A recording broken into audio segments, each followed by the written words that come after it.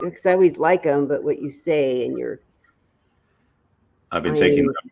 Yeah, I've been transcribing some of what we said because some of those go, oh, it's a good bullet point. We can use another topic. So, yeah. Okay, good. So I'll send you my list and for our next set of topics, and you can add in yours. That'd be great. Okay. Yes. And if you're listening now, you just know you're getting a sneak preview of what we're talking about for the future. Yeah, it's fun. I like coming up with new topics. We Yes, haven't we run do. out yet. Over 170, and we still are going strong. Indeed, we are. So So, here we are on the newsstreamingnetwork.com, WGSN-DB, Going Solo Network, radio and TV podcasts, the #1 singles talk network. And this is Let's Talk Dating with Christine and Barry. hi, Christine. Hi. And no noise in your background today. How nice is that? Well, they're painting now, which is a lot quieter. They'll do some other work, but they're taking breaks in between because it's not full-on stuff. It was hellacious day before yesterday, the day before, and the day before that, because they're putting in new countertops and they were screwing and drilling, and it was it's coming together. It's looking almost like a house again. I bet.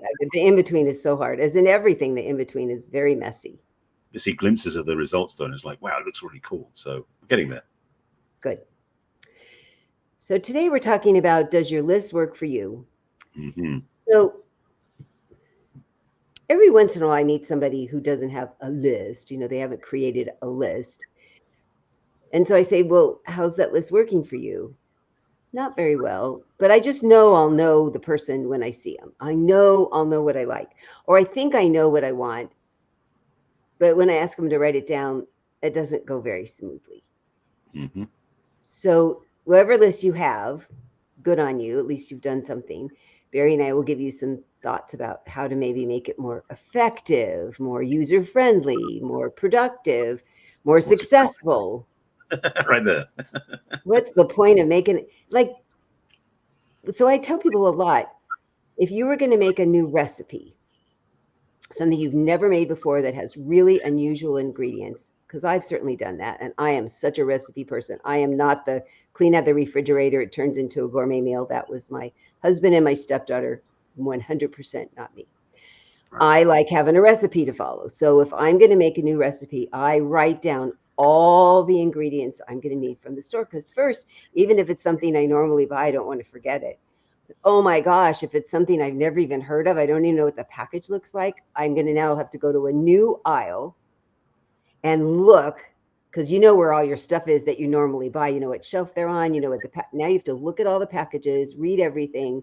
And even if it's that brand, it might be a very specific thing within that brand, dried or have different kind of spice in it. And if you don't take that list and you don't go to a different aisle and you don't go looking for something different, you're going to keep bringing home the same thing, which isn't what you were trying to do. You were trying to do something different. So that's what I talk about and you talk about when we make lists about what you would like in your next partnership. Even friends. It's come up a lot lately where people are resorting their friendships. So Barry and I are going to teach you how to make a very effective, you're not going to forget the important ingredient when you get home from the store and, oh, you're in the middle of cooking and you don't have the thing. I like the reframe or way of phrasing that one. That's funny because I've been reflecting on the fact that I switched over from just having a simple list that I made to using a reminders app, which is on the iPhone. I'm sure the same thing on Android.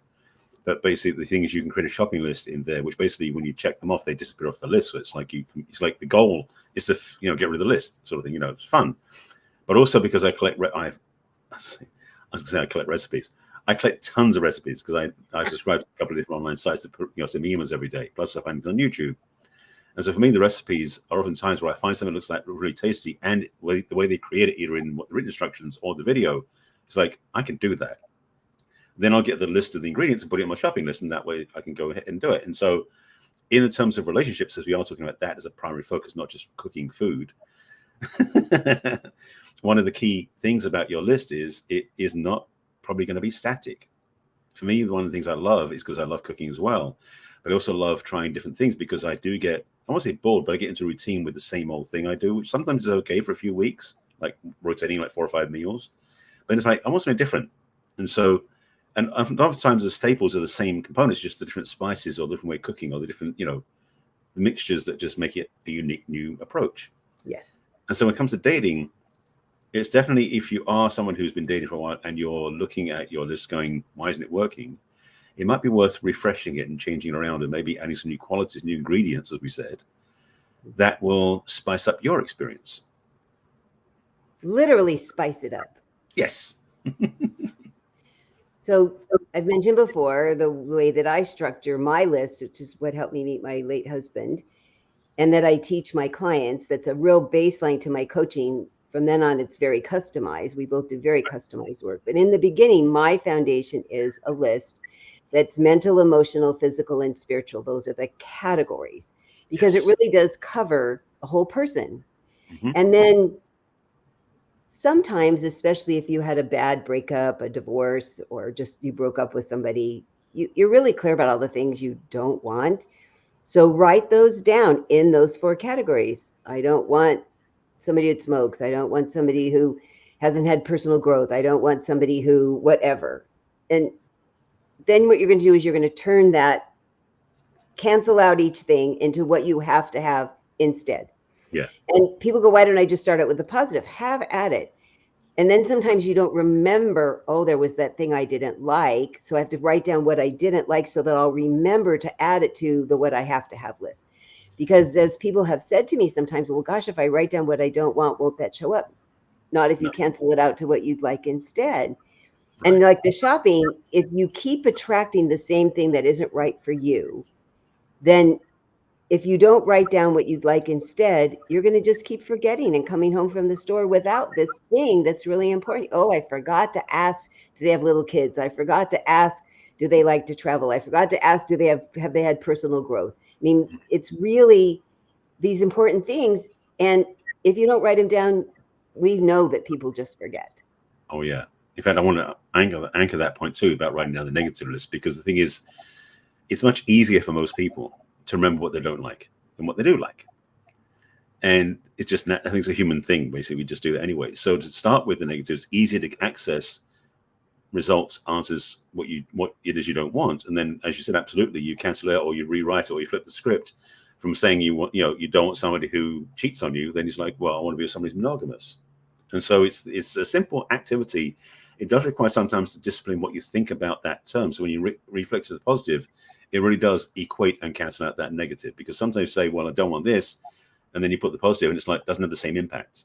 So you want to make sure that when you are flipping the script, so to speak, you are writing positive qualities, goals, things you want to have, that you're basing your list on equally important, or I should say equally energized words that you had in the negative. Because again, we tend to find the negative easy to get to, and oftentimes we've got much more energy about it because we're so upset by it or vehement about it or angry about it, the things that didn't happen in the past or didn't work in the past and what they did to us and what we didn't do right and all these different things. But then when we look at our positive list, it doesn't have the same juice to it. So you've got to bring the juice as well to the positive list, so you're fired up about it, not just going, well, I'm going to write down this and this and this and that'll be great. It's like, that's how you want your love life to be? Put some juice and passion into it, please. So many good points, Barry. So many good points. I just love that. And so now you've written down traits in all those 4 categories, and you can come up with as many as you want. It's so funny when people say, am I being too picky? I find people aren't picky enough about the right things. You and I have talked about that a lot in our coaching. They're picky about things that aren't really deal makers. Really, they're not. And then they forget to really get elaborate about the things that are really, really important to them. Mm-hmm. So that's why I tell everybody, now that you've got all these words, you've got traits written out, then you need to write a sentence about each thing. You need to be able to turn it into at least a sentence, maybe 2, maybe a whole paragraph about what does integrity mean? What does honesty mean? What does spiritual growth mean? And people say, well, what if I'm not religious? What am I going to talk about in the spiritual part? That you'd like somebody that's equally non-religious, right? That you're fine with somebody that's an atheist or somebody that's more spiritual than religious. Or if religion is important to you, you need to write that down. So never leave any of it blank, because you have feelings about it. You have thoughts about all the categories. And so if once you start writing it out, you're like, I really do have a lot of feelings about this. I mean, people are amazed when they finally put it into words, what they didn't know. And now that they're having to write it down, they go, look how much I do know. Right. And the thing about that is it's the fact that they have the gatekeeper almost on top of what they want to write, because they sort of shoot themselves in the foot before him by saying, I don't know what to write. Well, it's like, if you started writing, then you'll know what you need to write. But if you don't even consider writing in the first place, it's easy to deny that you have anything to write in the first place. So really, the encouragement here is, doesn't matter how many words don't come out, at least write something, because when you write something, there's room for something else, and then something else, and something else. And by the time you finished, you got 2 paragraphs. So don't cut yourself off before you even start by saying, well, I never get it right, or I never, whatever those things are. Because again, flip the negative to the positive. If that's what's going on, it's like, I never write things out. I don't explain things well. I don't have the right words. Then what's the affirmation of that? What's the reflexive switch of that? Positive and positive. I have the words. I know how to write. It's easy for me to write about what I think about, what I want, what I desire.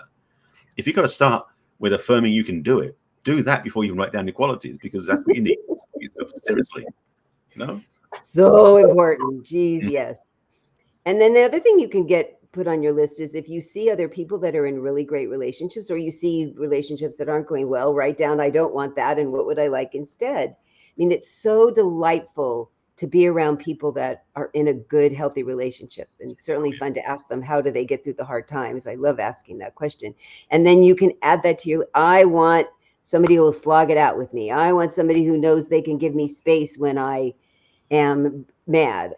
So under the emotional part, and then under the mental part, I mean, what kind of conversations you want to have? Is education important to you, for you to have and for them to have? And then the other thing, when you're out looking at other people and their relationships and considering your past ones, what was something that used to be nice to have? It doesn't have to be, it's not a deal maker, but gosh, it might be nice if they did or had or wanted.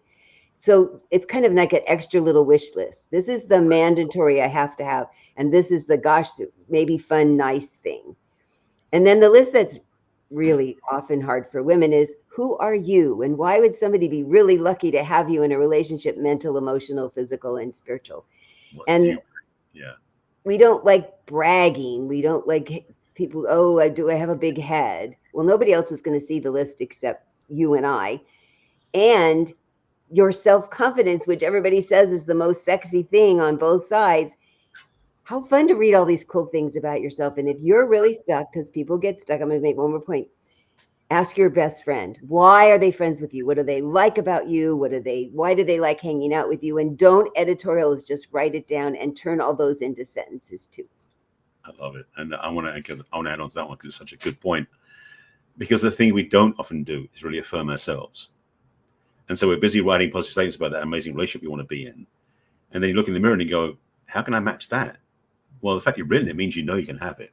So that's first point, just anchor this in. If you can write about it, you can manifest it. It's possible. So that's one key quality. The second thing is if you want to honor somebody that way, that level of person you want to have in your life, surely they can do the same thing for you. In which case, why not save time, do it for yourself in the first place? So by affirming that you are deserving, affirming that you have the qualities, affirming that you are amazing, affirming that you are deserving of the best in a relationship, you become more of a magnet for it. I mean, I talk about this work in my work. I mean, the program for women called Attract the Man You Want, it starts on the basis of like, what is it you are about that attracts what you want? And so if there's not things that line up, change that inside yourself so you become the magnet that pulls in exactly what you want. Because if you're sitting there going, well, I don't deserve, you're probably going to get something you don't deserve. So watch how you talk to yourself. I mean, positive self-talk is part of the things we talk about as well. But it's the thing that we sometimes neglect because we're so busy looking outside ourselves. And of course, in our talks, we said many times, the work is inside in the first place. So watch how you talk to yourself and watch how you affirm what you want to have outside yourself. Yes, yes, and yes, and yes. Because I love how you say you can't write it down, really honestly write it down if you don't know you can have it. Maybe you just don't know here, but you know here, which is why you're writing it down. And so writing it down, you're like, oh, maybe I could believe it up here, that I could have this. And yes, it's so important to say, you want somebody that's like this. Are you like that? Do you need to do some additional work about that? Would it be good to ask your friends, gosh, I'm looking for this. Do you think I have it? And is there something else you see I could work on? Because the more higher level, more healing you do on your own, the more broad, well-rounded you are as a person, you're going to end up with that with another person, because they'll be attracted to you and you'll be attracted to them, and you won't keep attracting the people that don't fit. But often what doesn't fit is what somewhere in the back of your mind you think might be what you deserve or all you could have. Right. I mean, Yeah. the thing is, it's so the joke in a way of what we're talking about here is it's a lot about is remembering it really is an inside job. That really it is your own perspective that creates the reality you live by. And when you start to recognize that you have that a power, that authority, that freedom to change your experience from the inside out. You know, one of my teachers in my master programs, you say how outer experience is a reflection of inner reality.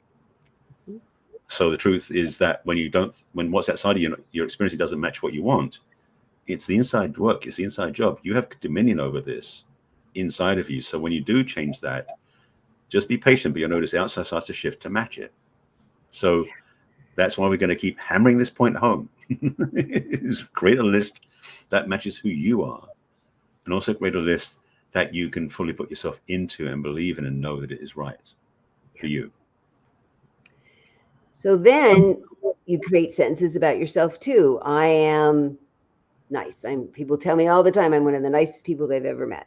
So I can write that about me, and that I like doing things in partnership more than alone. And this is why I like it. This is the kind of partnership I like. This is where I thrive. This is what makes me feel like even a better person. So I write all of that out, because the other thing is, often men, I've said this so many times before, because it used to make me so mad when online dating, they'd say, tell me about yourself.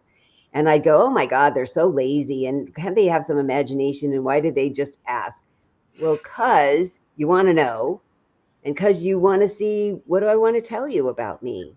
Because often we women can get in our feelings and we get all offended if you ask us one person one question, they're fine. The next person, they hate the question. They think you're a horrible person for asking. So if you volunteer the information that you're comfortable sharing right now, you have a list of things you can share, and the things that are the really important to share right away and to make sure are on your list. What are you passionate about? Are you passionate about learning? Are you passionate about kids, animals, exercise, reading, music? Yeah. I mean, write down all those things about you that get you juiced up. I love that word, because it's the thing that makes life better. It makes life worth living. And to find somebody else that has some juice in their life, that they're passionate about their job or their kids or their hobbies, that you can have these passions that are really different, but you're both equally passionate. And you can have such a conversation about, why do you like that so much? And I can see why you do. And wow, let me tell you about my exciting thing. I mean, it's really, those are the best conversations ever, I think.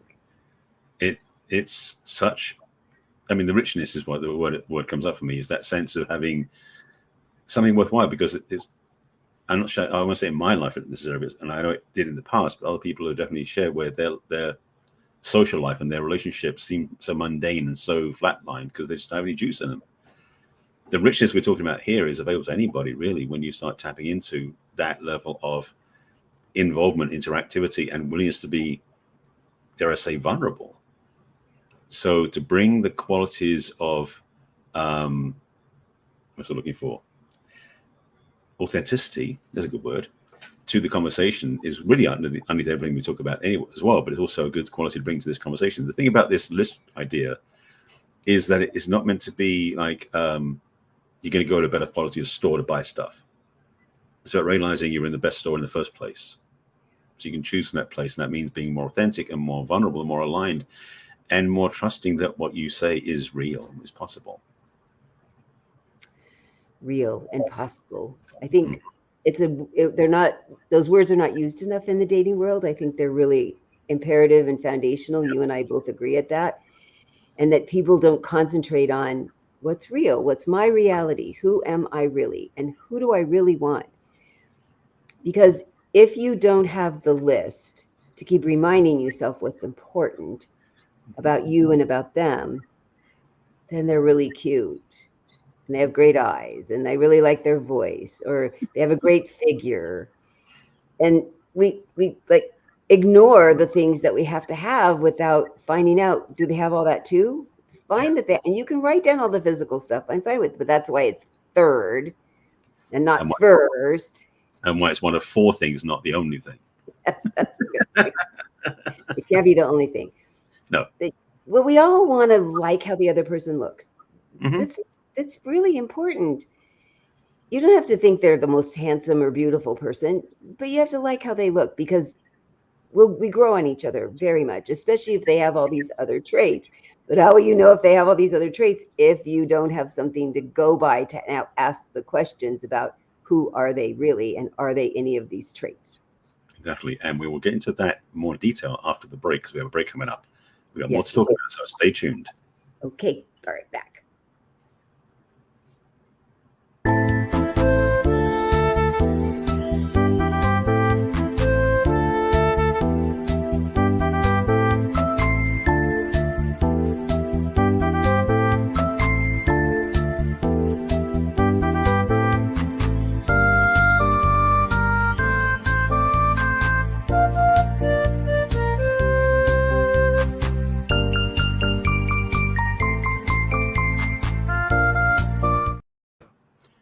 And we're back.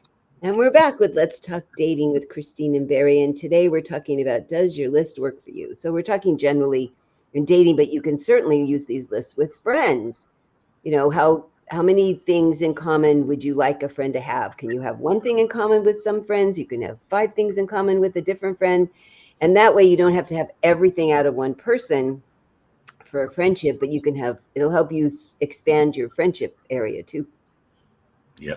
And the thing about it is, I mean, this is fundamental consciousness work in a sense where you affirm what you want, and it could be towards any area of life, frankly. I mean, in part of my coaching work, I use the wheel of 12 elements, which is like 12 aspects of life, and relationship is one of them. So this is kind of relevant. Yes, social life as well comes in the same heading. But the truth is that you can write down and express and say out loud as well qualities in every one of the 4 areas for each of those 12 spokes if you want to get really into that whole conversation. So this model we're talking about in terms of your list for a relationship is definitely transferable to other parts of your life, whether it's work or money or social life or family life or any of those things. But in terms of a romantic relationship, it's so interesting how we tend to put our trust in something amorphous, or even what's another word I want to use? I'm saying tangible, same thing. But we put that trust in something without any sense of order to it. And so what we're saying here in a way about making your list is not saying your list controls everything, but it aligns you to the values you're looking for, and it aligns you in a vibrational framing, for example, that when you vibrate at a certain frequency, you try to find somebody else who matches that same vibration. So what happens is you notice somebody more easily when you know what it is you really want. So this is not about your list has to be right, wrong, or black and white, because you can say your list isn't right because it's not working. Well, maybe you've got to really own the list first, because we can get into that as well. About once you've got the list written, how does it feel to put it on like a suit or a dress as an outfit? Does it feel aligned to you? Because if you're looking at it and going, I don't deserve that, that's going to shoot you right in the foot. You won't get anywhere either. Or if you're looking at it and say, that's not good enough, this is feedback to yourself. Yeah. So when you make your list, notice how you feel about it. If you feel great about it, awesome. If you don't, maybe one of some updates and changes to it. And boy, it helps people get really clear about maybe they need to talk to us, huh? Yeah, I wasn't going to promote that yet, but it's true. Yes. I could not. It kept coming in my head. Okay, I'll say it. So now you have the list, and then what you get to do is create I'm curious questions with the person to see, do you have this thing in common? Or if you don't have it in common, is it so different that you're like, I'm so intrigued, tell me more about that. Right. So if you have, that's travel is really important. Barry says he's not dating anybody that doesn't have a passport that at least has a few, first they have to have a passport and it has to have a couple stamps in it. Well, they don't want to stamp the passport. They've got to at least use it more than once. Yeah. But they stamp it when you go use it. So that somebody has the impetus to travel, that they want to go someplace that's going to require a passport. That's really important to you. So you have that on your list, and you would make sure that you would ask somebody, gosh, this is how many countries I've been to, or this was my last fabulous trip and why I liked it, and what's on your bucket list for travel, so that you find out. They're like, I'm afraid to get on a plane, or I can't imagine going overseas, or I've done it and I don't want to do it anymore. I mean, those could all be true answers. And it's not like, wow, that makes them a bad person. It's just like, maybe not for me, because this is such an essential thing for me. Yeah, it's not about making them bad or degrading. It's just for saying that's a different match. And they want to find somebody who likes to live local to where they are, and it's done. I actually was out a few days ago with somebody who moved into the house that their parents had. they passed away and she inherited the house. And she's back where she used to live, but she never moved very far away. And it's like, she's so happy about it. It's like, it's awesome. I'm really grateful she's happy about that. It doesn't fit my lifestyle, my preference. So on that passport thing, just reminded me, because I had that date recently, and the person who connected us up didn't get it. And it's like, just so you understand, this is the different perspective we have. So, and the thing was that it wasn't actually, I wasn't attached to anywhere. I was just going to check it out because I knew what I was looking for. And recognizing for yourself when you go out on dates that if the person is only half of what your list says, or even less than that, don't be caught up in because one thing looks really cool. Because like you said before the break, you might find someone who looks really attractive. And yes, especially for men, we like a woman that's going to be attractive to us. Doesn't mean she's the most beautiful woman in the world, because she might be the most beautiful person in the world to us, specifically, meaning that it's in the eye of the beholder in that sense. So it's not about you got to find the most beautiful person on the planet. No, it's about finding the one for you that you find the most beautiful. And it is definitely personal because everyone's views are different, but also it's only the beginning. Because for me, in a lot of ways, when I meet a woman's attractive, that's the starting point. Again, that's only one of 4 areas. So it involves more conversation, more discussion, more, what is your passport up to date? Do you like to go exercise? Do you like cooking at home? All these different things that are important to you. Each have a conversation, but do it in a way that isn't like, okay, I'm going to drill you down with these questions, but definitely bring it into the conversation as you get to know each other. Because if you're looking for a romantic relationship, why would you want to spend time with somebody who's not going to be a match for you? So many good points. So one of the ways you can work with this list of things you have to have is you can prioritize them, really put them in an order of, this is really important. I can't be with them if they're not. It's got the biggest amount of weight. The biggest percentage of what's important to you is this top thing or these top 3 things, so that in your initial conversation, when you're meeting somebody or communicating by text or email, that you find out, do they have a passport? I find out, how do they handle when things go wrong? How can they turn it around that they don't sulk, or they don't think everybody else is wrong, or they can end up in an okay mood after? That is so important to me, because I just won't even spend time with them again if I learn that about them. And they're perfectly fine as they are. They don't think they need to change, but it wouldn't work for me at all. That's not where I live, in my body, in my home, in my relationships. So prioritizing the top, they could be 10 things, but then create the I'm curious question about, this is who I am, and tell me about you in this arena. And you can learn a lot by that kind of question when you remember that you need to ask it. And I love how you say that, because now that I'm doing this pre-dating coaching for this speed dating, 2 different companies, they tell the people, when I talk to them, they go, oh my God, I've sat across the table with people who had a written list and they put it on the table and they were checking it off. I mean, I want you not to forget, but if you only need 3 things, because typically in those you have 5 or 6 minutes at the most, you can get 3 things found out. You might find out more things, but you need to know these 3 things, or these 2 things, or this 1 thing. The one I was talking to yesterday, she goes, they can't have minor kids. Okay, well then find out, what kind of things do they do with their family? Who is part of their family? And tell them who is part of your family. And if they're living with minor kids, however that's happening, they're not your person right away, no matter how cute they are. Yeah. And that is the caveat, is that you can't, no, you can't.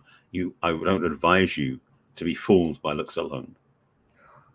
Looks are, so, as I said, are important, but they're not the only thing. And the challenge is, the way that we humans are wired is that looks don't last for us. Not that the person changes, but our perception of them changes. Looks become familiar, become comfortable, so they're no longer as glamorous ones as when we first met them, because we're used to them now. So you don't have the other qualities. I'm sorry to say it, but even with the most beautiful person on the planet, you're going to get bored. Because it requires more. It's a 3-dimensional experience, or 4-dimensional experience if you want to use time as well. So it's not just about the static person where they are one time and that's it. I mean, for me, being a single man, I notice women all over the place. I live in LA, lots of beautiful women. But I always have this thing in the back of my mind. It's like, yeah, but who else are they besides the looks? Because that's the question you want to ask. Is this person very attractive, male or female? But who are they besides that? What drives them? What motivates them? What inspires them? What wakes them up in the morning? What keeps them up at night? What are the things that you go, oh, that's fascinating, or that's exciting, or that matches what I want? That's where the work is. And then you want to see them again. That's the whole point. Is not, you don't want to just see them because of how they look. You want to see because of who they are as a person. It's really important. And then the thing that you like, if I was making this new recipe, which has happened a lot, I make it and I like it, but now I know the change I want. Yeah. But I'm not the kind that I make it up. I mean, I have all these cooks in my life that just go, oh, it looks like this or feels like, and I'm like, my brain just doesn't work that way. But I can tell you afterwards. So when I have my great list and I go out with a couple of people and I go, oh, I need to be more clear on my list about this. I need to change this about my list because look what's showing up. I'm not being clear enough about that. I mean, that's exactly how my late husband showed up, because I kept revising my list and my profile. And I revised my list and my profile, which each successive man I went out with, what is it that I need to write differently? What words that are my words say, this is the ingredient I need. I need all these other ingredients because they were showing up, but there were things that were missing. What else do I need? So the list stays very fluid. Mm-hmm. And current, and it grows. And that's one of the things, again, I want to say this in another way so you'll get what you just said, is that so a lot of people go on the dating apps and just keep dating the same sort of person all the time until they get really tired and fed up. If you use what Christine said, which I agree with the same thing too, is that you change your criteria and your own profile, what you say you want, because you discover when you went out with somebody, oh, I didn't put that on the list, I should put that on my list. Don't just forget about it. Put it on your list, put it on your profile, because it will change the sort of people you'll meet. And it's amazing. And I fell victim to this too at some points where I've been on dating apps and never changed my profile for ages. Like, hang a second, I need to refine what I'm looking for and looking with, so I get different results.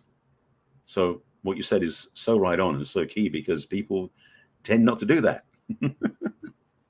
And I would imagine if you really are meeting a few people, going out with a few people, you're really learning who they are and what did you like and what did you not like. That changing your criteria seems to be pretty appropriate. I don't think I wouldn't want to stay static as a human being. I want to keep growing, and who I was 6 months ago and a year ago, very different on my profile. Not very different. There are differences on my profile. There are things that I have definitely taken off, things that I've added, things that I've elaborated more on. I've gotten into more detail about oh, wow, I didn't really explain that out loud. Now that I say the words to this person, I'm like, oh, I need to write that as part of my profile. Because I know people complain, especially women, that men don't read the profiles. All my guys do. You do. Men do. It's such a negative, inaccurate thing to say. So take the time and energy, if you're using online dating, to really write down clearly from these lists who you are and what you're looking for. And then say, does this look like who you are? Tell me more about you. Yeah. Absolutely. It's such a, I mean, it sounds so simple. Yeah. It does require some effort, but it's not rocket science. It's not brain surgery. It's doable. Anybody, if you're listening to this or watching our show and you're going, how do I do that? Start where you are. And it starts with, again, as I said right at the beginning, start with what it is that doesn't work for you, so you can flip the script to what does, because it's easier for us to access that didn't work because of this reason, this reason, this reason. Because that gives you a launch pad. But then as you go through the dates, as we said, and we're giving you a roadmap here, so make sure you're making some notes, is that when you do get starting point of the 3 or 4 things that didn't work, you flipped into positive words, positive statements, positive declaratives, then you build on that. Because you go on a couple of dates with different people and you find on the dating apps or meet in person, and you say, you know what, they had all that, but they're missing this. And it's the list. As your list gets more refined, more polished. Like you said at the beginning about, you think some people think that their list is limiting. It's like it isn't detailed enough. Because the thing is, one thing I talk about in my work always is that you write down those things on the list, and it may seem like you've got a massive list. Well, nothing wrong with that, as long as you put this at the back end of it. Something on the framing of, this is something better for the highest good of all concerned. That framing basically gives you a baseline, because the truth is, again, as I said earlier, whatever you can create, whatever you can dream up, you can have because it's your imagination, your belief.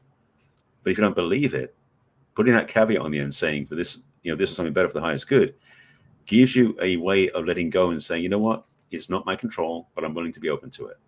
And that's all it takes. And what am I willing to learn with each successive time I'm out there meeting people and talking to people? I am flashing on our lovely mentor, Allison Armstrong, whose husband died suddenly and has now been in a committed relationship for a while. And she teased that when she met Dan, she had 137 things on her list. And she had to keep making sure. And then it was funny because I saw her on a podcast recently and she said, it turned out I had never put on the list, they need to take all my classes. He's been he's been taking all of her classes. Yeah, that's powerful, because the thing is, that's the thing, especially when, someone like Alison, who is so steeped in the teaching, she's been teaching for 25, 30 years. Yeah. She has such gifts in the area that to meet somebody cold who hasn't done the work, that's a big ask. Yeah. So the fact he jumped in and said, yes, he values who she is and she values him enough to say, you know what, I'll wait. That's cool. Yeah.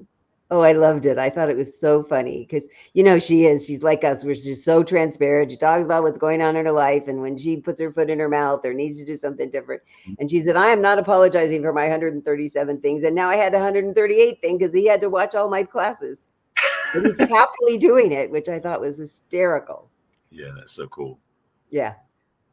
So do that with your list, that you make sure you have the top 3 things and then ask more things. Well, how about this? You know me and my horses. Gosh, do you even like horses? Are you interested? Do you have horses? Because that has had to be on my would be nice to have list. Even though I like it a lot, I'm still fine doing it by myself. Mm-hmm. And I still I have to ask it. I finally asked that after I've gotten through the must-have list things about what are your feelings about horses, animals in general. And that's been a really fun conversation about people. When was the last time they rode and what did they think about horses? Because I'm not just learning about them and horses. I'm learning about them. Are they compassionate? Do they think about animals? Do they care? Are they involved in some other way with animals? Because this giving heart thing is also one of my top things. And I want to keep listening and seeing, do they have a giving heart too? Do they help out with kids or veterans? So it's a great opening when I say that I volunteer with horses, so that then I can hear about what other things they're doing in their life. It's so eye-opening because people say, oh my gosh, we're going to run out of things to talk about. Well, then maybe one or both of you are kind of boring. And I have not really met too many boring people. So if you structure your conversation this way, nobody is bored for a minute. I mean, even guys I didn't want to see a second time, the conversation was always interesting because I learned about all these interesting things about them that didn't fit my list. I was like, okay, not doing that. This is, again, I want to make this point because you just said it so beautifully, is that this is always a growing experience. That if you're not learning from your dates, you're shutting down. So if the date doesn't work, it isn't a failure. It's a stepping stone. It's an education. It's the next level. And the thing about it is, treat it as research or as an experiment or as a test drive. Mm-hmm. If you look at new cars, ideally you don't just test drive one and buy it. You test drive several cars and you weigh the goods, what's good, what's bad. Oh, this car, it's better fuel economy, but this has better interior design. This one has better seats, and this one has better air conditioning. Like, find the things that work for you. Because the same thing as relationships. You're going to be ideally with a car for several years. So choosing one that fits you rather than one you have to put up with, it's worth doing the research, taking the time. So when you're dating, why not do the same thing? Put up with, is that the saddest words in the relationship world? Oh, settle for. That's right up there too. Yeah. If you do these lists in the way that we're saying, that won't happen. You won't feel like you're settling. You won't feel like you're putting up with something. You'll say, gosh, we have a similar idea about a foundation for a relationship. We both have things that are really important to us, and they seem to be complementary.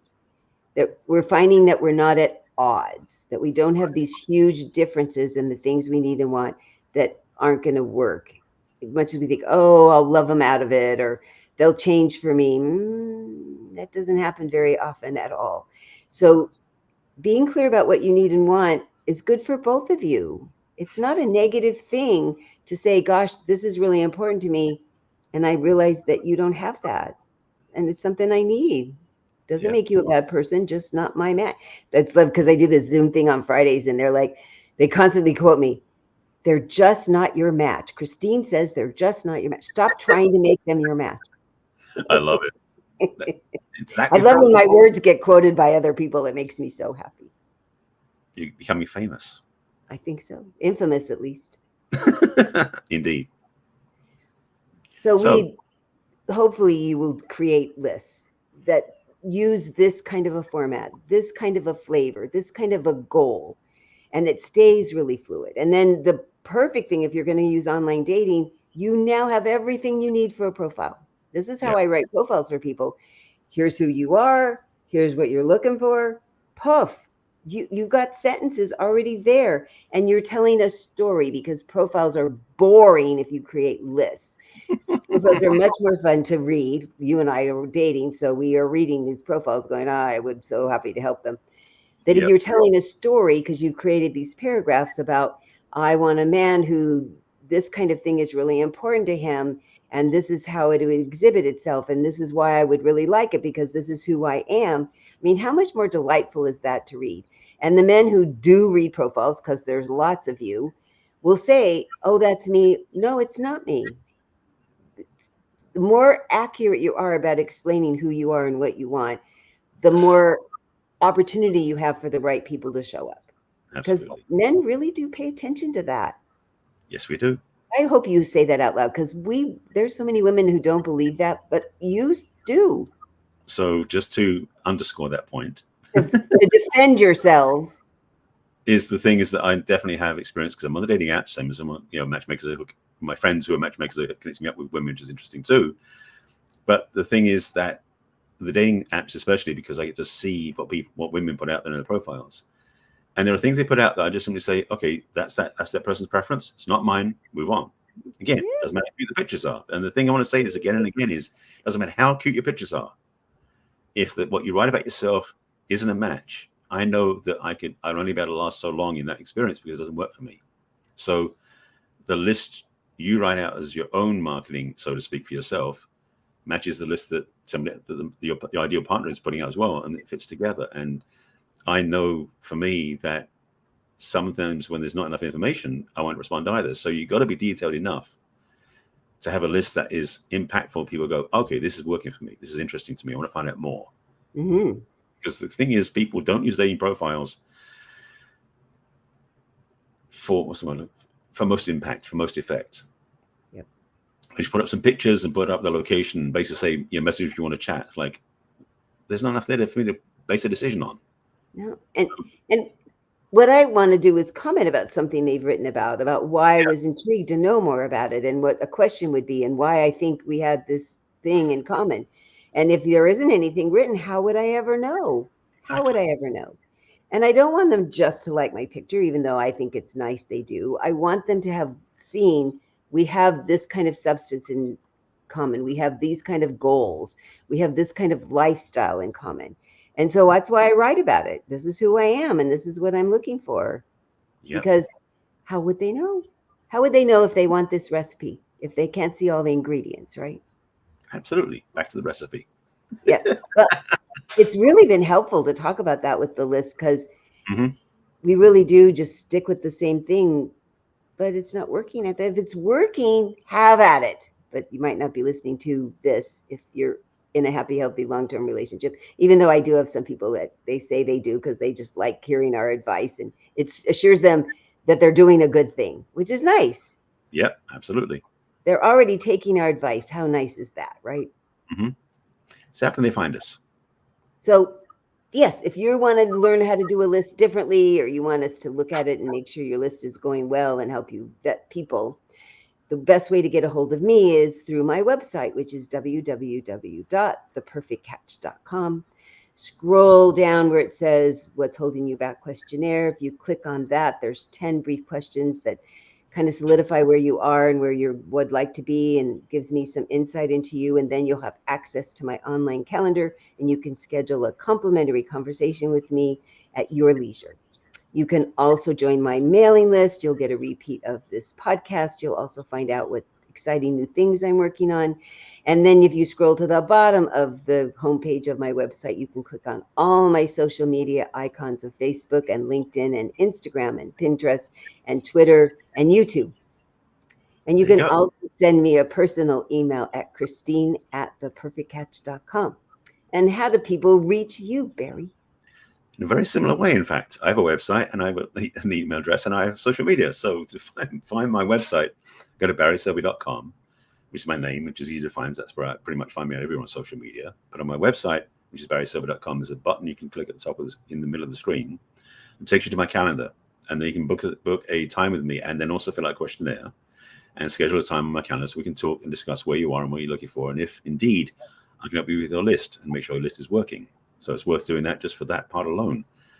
Also on my site, although my site is almost ready for release, I'm waiting for my designer to come back to me with a sign off on it so it can be released. There will be some other things on there as well. There will be a link at the bottom of the screen to join my email list. Unfortunately, that one's not working on my existing site, but it will be updated. Also, my site is my best-selling book and my online courses, and the one that said Attract the Man You Want for Women, which has in it, this is one of the many of the 8 modules, is just simply this piece alone, is how to really get clear about what you want. Also on my site, which is not visible at this point, is the quiz. I've created a quiz called the Relationship Readiness Assessment. So if you're single and you're wondering what's in the way and what might not be working, take my quiz. Again, barryselby.com/quiz, like shows on the screen if you're watching watching the video. But if you take the quiz, it will give you some results of the quiz. It'll give you basically percentages of how well you're doing. And it's very simple. It's not emotional. It's just like, how's this working? How's this working? How's this working? And you answer the questions honestly, you get a result. And I will reach out to you afterwards and see how you're doing and if there's any feedback you want. So do the quiz for yourself. Again, it's a gift from me to you. It's what I've learned from over my many years of working with people, what things people get stuck on or what they want to work on. So worth taking the quiz. Again, barryselby.com/quiz. And on social, you can email me at barry@barryselby.com, again, or my name. And on social media, apart from Instagram, you can find me at Barry Selby on Facebook, on YouTube, on LinkedIn, on Twitter, and Pinterest. And then on Instagram and Threads, which is the other version of Instagram, is the real Barry Selby because my original account got hacked. So that, I think, covers everything. It covers everything so succinctly and professionally. Thank you. So we are always here live on Thursdays at 1 o'clock Pacific and 4 o'clock Eastern. Would be so happy if you wanted to watch us live. And if you submit a question, we will give you an answer live on the air. Mm-hmm. But you can also go out and watch us on YouTube and Roku to watch us on your TV and see us Memorex tape then. And we'd love for you to like and subscribe and send shares to your friends who are having challenges with their relationships. And then also you can listen to us, Barry, right? Absolutely. We have taken our videos and now made them into a podcast. So you can go to our podcast, which is Let's Talk Dating, on Apple, on Spotify, on Amazon, any of the platforms that play podcasts. And you can take us with you wherever you go, when you go exercising or shopping or driving or anywhere you go, you take us with you because it's easy to listen to us when you're driving. You don't take your eyes off the road. So don't watch your videos unless you're a passenger. We've been at the beach a lot lately. People tell me they're binging us at the beach, listening to us at the beach while they're laying out getting a tan. So I'm okay with that too. Yeah, I'm glad. It's one of my favorite places to be, so I'm happy to be there vicariously. So as I said, we will be back next week with another fun, interesting subject about Let's Talk Dating with Christine and Barry. We'll see you then. Bye for now.